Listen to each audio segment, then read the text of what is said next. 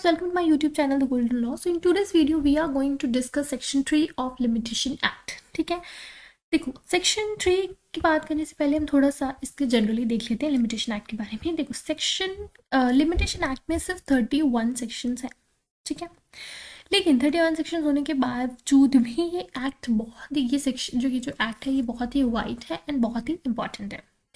Limitation act जो है generally अगर हम बात करें तो ये एक लिमिटेशन पीरियड प्रिस्क्राइब करता है, ठीक है, कि इस लिमिटेशन पीरियड के बियॉन्ड कोई भी पर्सन सूट फाइल नहीं कर सकता। ठीक है, थोड़ा और अच्छे से समझते हैं। देखो कोई भी सूट हो, कोई भी अपील हो या कोई भी एप्लीकेशन हो, ठीक है, इन सब को फाइल करने का एक प्रिस्क्राइब्ड पीरियड होता है, ठीक है, जो ये एक्ट हमें बताता है। ठीक है, एक लिमिटेड पीरियड जो है वो प्रिस्क्राइब करता है। इस पीरियड के बियॉन्ड कोई भी पर्सन यानी कि प्लेंटिफ जो है वो सूट फाइल नहीं कर सकता। Am I clear? कोई भी सूट है, कोई भी एप्लीकेशन है, कोई भी अपील है, ठीक है, उसको फाइल करने का एक लिमिटेड पीरियड होता है, एक प्रिस्क्राइब पीरियड होता है। वो प्रिस्क्राइब पीरियड के बियॉन्ड कोई भी प्लेंटिफ, कोई भी पर्सन सूट अपील या एप्लीकेशन को फाइल नहीं कर सकता। ठीक है, देखो इसका कोई भी कॉज ऑफ एक्शन, ठीक है, मान लो कोई भी कॉज ऑफ एक्शन जो है वो अराइज हुआ। अब कॉज ऑफ एक्शन अराइज होने का बाद ये तो नहीं है कि अगर कॉज ऑफ एक्शन आज अराइज हुआ है तो उसके बाद आपके पास इनडेफिनेट पीरियड का टाइम है कि आप जब मर्जी उस जो सूट है उसको इंस्टीट्यूट कर सकते हो या अपील को या एप्लीकेशन को फाइल कर सकते हो। ठीक है, ऐसा नहीं होता है। इसलिए एक लिमिटेशन पीरियड दिया गया है कि उस लिमिटेशन पीरियड के बियॉन्ड आप उस सूट को फाइल नहीं कर सकते हो। ठीक है, इस एक्ट के अंदर स्केड्यूल दिया गया है, ठीक है, जिसमें कि 137 आर्टिकल्स प्रिस्क्राइब किए गए हैं। उन 137 आर्टिकल्स में हमें लिमिटेशन पीरियड दिया गया है। ठीक है, तो हियर वी हैव दिस। ठीक है, इस एक्ट के अंदर हमें एक स्केड्यूल दिया गया है। ठीक है, इस स्केड्यूल के अंदर टोटल 137 आर्टिकल्स है।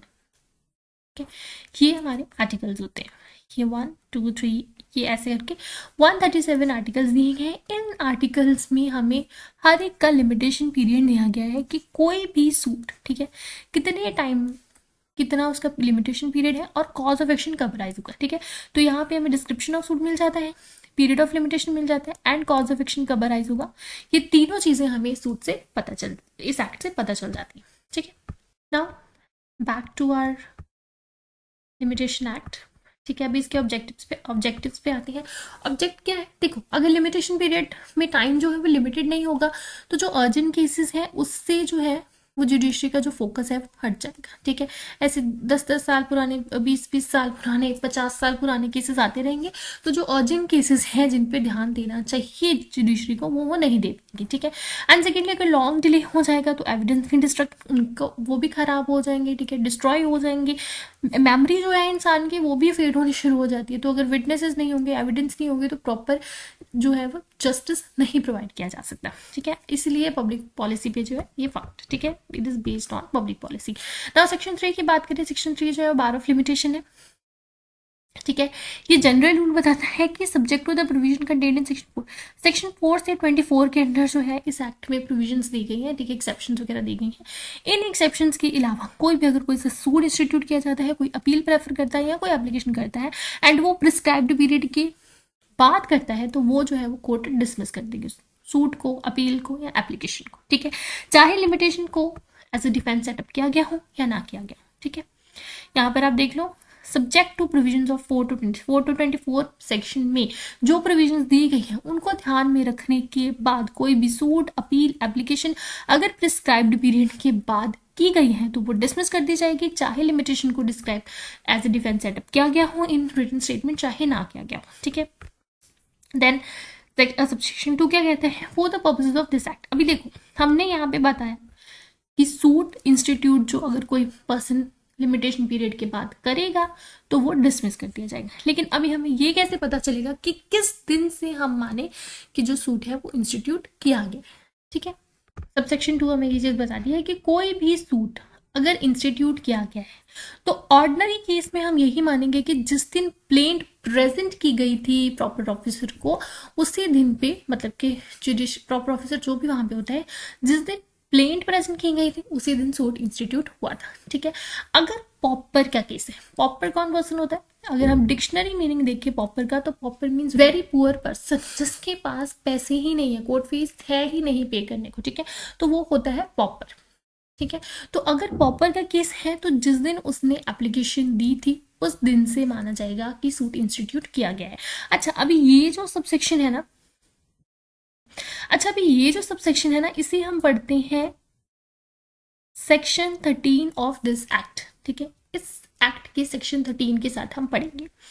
सेक्शन 13 में आपको अलग से पढ़ाऊंगी, लेकिन अभी हम थोड़ा सा इसका देख लेते हैं। ठीक है, देखो, जब भी पॉपर ने कोई एप्लीकेशन फाइल की in the court of law, ठीक है, दो ही केसेस होंगे, या तो वो एप्लीकेशन एक्सेप्ट हो जाएगी या वो एप्लीकेशन रिजेक्ट हो जाएगी। ठीक है, अब यही दो चीजें हो सकती हैं, या तो एक्सेप्ट होगी या रिजेक्ट होगी, इससे तीसरा तो कुछ होगा नहीं। ठीक है, तो अगर तो एक्सेप्ट हुई, अगर एप्लीकेशन एक्सेप्ट हो गई, तो जिस दिन उसने एप्लीकेशन दी थी उसी दिन से माना जाएगा कि सूट इंस्टीट्यूट हुआ था।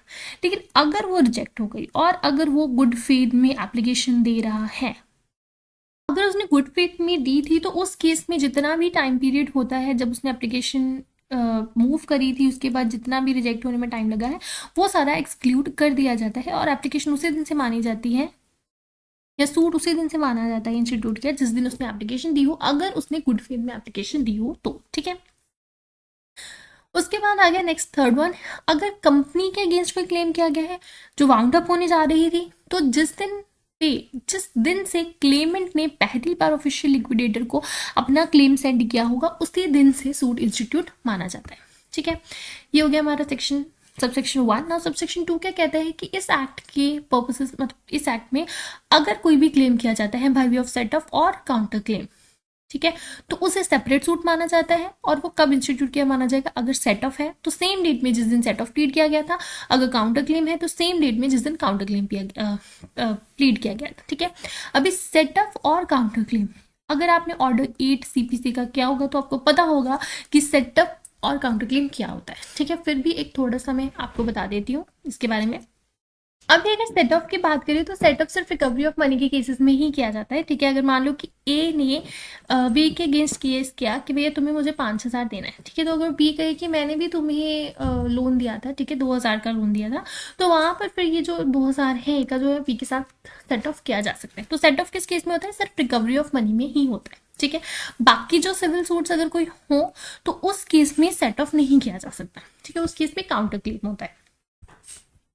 अभी जो काउंटर क्लेम है वो किसी भी सिविल सूट, मतलब कोई भी अगर सिविल सूट है तो उसके अगर एक बंदे ने सूट किया है, दूसरा बंदा उसके अगेंस्ट काउंटर क्लेम कर सकता है किसी भी रीजन में। कोई भी अगर ट्रांजेक्शन थी, कोई भी सिविल सूट की, सिविल नेचर की, तो उस केस में काउंटर क्लेम किया जा सकता है। तो अगर सेट ऑफ है तो जिस दिन उसने सेट ऑफ प्लीड किया था उस दिन, और अगर काउंटर क्लेम है तो जिस दिन उसने काउंटर क्लेम किया था उसी दिन से जो है वो सूट इंस्टीट्यूट किया माना जाता है। ठीक है, अगर कोई भी एप्लीकेशन बाय हाई कोर्ट में है तो जिस दिन भी वो एप्लीकेशन जो थी हाई कोर्ट को प्रॉपर ऑफिसर को प्रेजेंट की थी उस दिन से माना जाता है कि वो सूट क्या, जो भी एप्लीकेशन थी वो इंस्टीट्यूट की गई थी। अच्छा, अभी now this is important thing. ठीक है, सेक्शन 3 का कहता है कि लिमिटेशन एक्ट जो है ना वो सिर्फ रेमेडी बार करता है, राइट बार नहीं करता।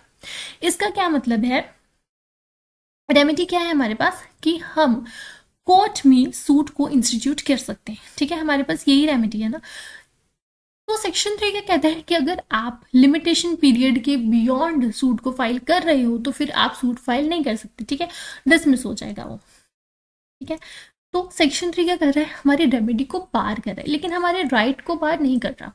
फॉर एग्जाम्पल, यहाँ पर ए ने बी को मान लो कि 10,000 रुपये का लोन दिया था। ठीक है, अब यहाँ पर 3 साल का उसके पास मान लो टाइम पीरियड था, 3 साल में वो ए जो है वो सूट नहीं फाइल कर पाया, कोई भी रीजन हो, वो वट एवर द रीजन, ठीक है, उसे भूल गया था सपोज, तो अभी वो नहीं कर पाया कोई भी रीजन की वजह से। तो यहाँ पर ए जो है वो 3 साल के बाद कोर्ट में जाकर सूट को इंस्टीट्यूट नहीं कर सकता, तो उसकी जो रेमेडी है वो क्या हो गई? बार हो गई। ठीक है, लेकिन इसका मतलब ये नहीं है कि ये जो 10,000 है वो अभी वापस ही नहीं ले सकता, उसके पास राइट है। अगर बी ने कोई प्रॉपर्टी जो है वो मान लो ए को मॉर्टगेज करिए, ठीक है, तो ये जो मॉर्टगेज प्रॉपर्टी है इसे वो सेल करके, ठीक है, अपना 10,000 है वो वापस ले सकता है, ठीक है, ये राइट उसके पास है। तो जो सेक्शन 3 है वो सिर्फ रेमेडी बार करता है, राइट बार नहीं करता, ठीक है।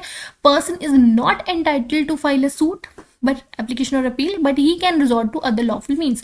तो अगर मॉर्गेज जो प्रॉपर्टी है उसको सेल करना, अपने पैसे लेना, ये अदर लॉफुल मीन्स में आता है।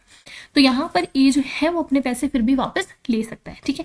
Even a time barred debt still continues to subsist. अभी यहाँ पे एक सबसिस्ट, अब यहाँ पर एक केस था पीएनबी वर्सेस सुरेंद्र प्रसाद सिन्हा। इसमें क्या सुप्रीम कोर्ट ने ये चीज हेल्ड की थी कि कॉलेटरल सिक्योरिटी अगर बैंक को दी गई थी, तो अगर बैंक ने वो सोल्ड कर दी अपना टाइम बार डेट को रिकवर करने के लिए, तो वो अपने टाइम बार डेट को रिकवर करने के लिए, तो वो जस्टिफाइड है लॉ में, ठीक है। So this was a concept of section 3 of Limitation Act. I hope you like my video. अगर आपको मेरी वीडियो अच्छी लगी हो then do like my video and subscribe my channel for more such law videos. And अगर आपको कोई भी डाउट है you can ask me in the comments. Thank you guys.